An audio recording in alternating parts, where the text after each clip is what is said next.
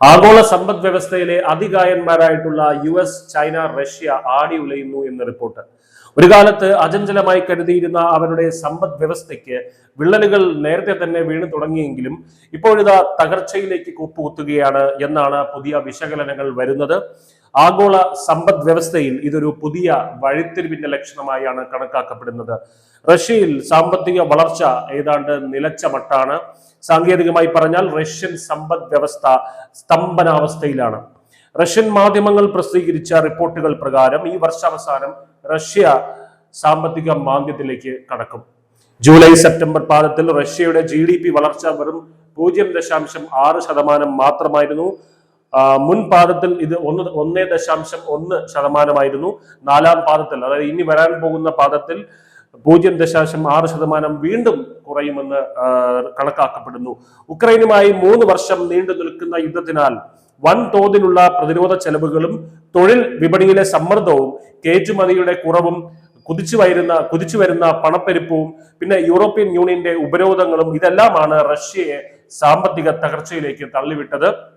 റഷ്യയെ പോലെ തന്നെ അമേരിക്കയുടെയും ചൈനയുടെയും വിപണികളും മാന്ദ്യത്തിലൂടെ കടന്നുപോയിക്കൊണ്ടിരിക്കുകയാണ്.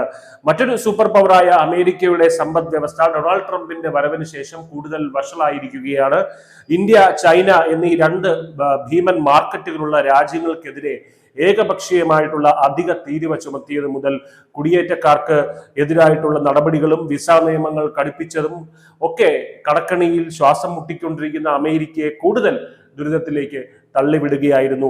ഒക്ടോബറിൽ അമേരിക്കയിൽ ഒരു വൻ തോതിലുള്ള തൊഴിലവസരങ്ങളുടെ വെട്ടിച്ചുരുക്കൽ തന്നെ നടന്നിട്ടുണ്ട്. ചലഞ്ചർ, ഗ്രേ ക്രിസ്മസ് എന്നിവ പുറത്തുവിട്ട ഡാറ്റ പ്രകാരം US കമ്പനികൾ ഈ വർഷം ഇതുവരെ ഏകദേശം 11 ലക്ഷം ആളുകളെയാണ് പിരിച്ചുവിട്ടിരിക്കുന്നത്. 2020 കൊറോണ പകർച്ചവ്യാധിക്ക് ശേഷമുള്ള ഏറ്റവും വലിയ പിരിച്ചുവിടലാണിത്.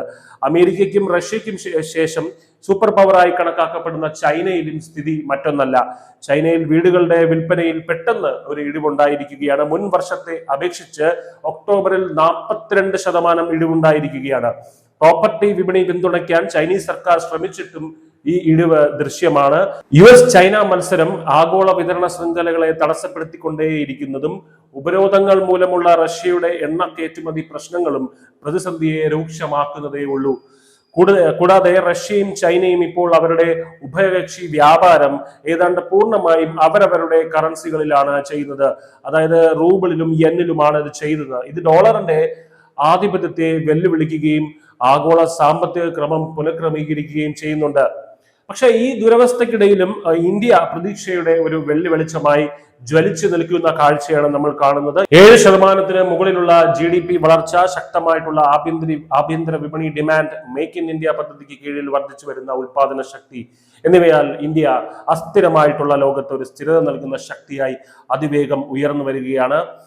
ആഗോള ശക്തികൾ സാമ്പത്തിക മാന്ദ്യവുമായി പോരാടുമ്പോൾ മോദി സർക്കാരിന്റെ പരിഷ്കാരങ്ങളും യുവജന ശക്തിയും വളരുന്ന ടെക് മാനവ വിഭവശേഷി, ടെക് ഹ്യൂമൻ റിസോഴ്സ് എന്നിവ ലോകത്തിന്റെ അടുത്ത സാമ്പത്തിക വളർച്ച കേന്ദ്രമായിട്ട് ഇന്ത്യയെ മാറ്റുന്നുണ്ട്.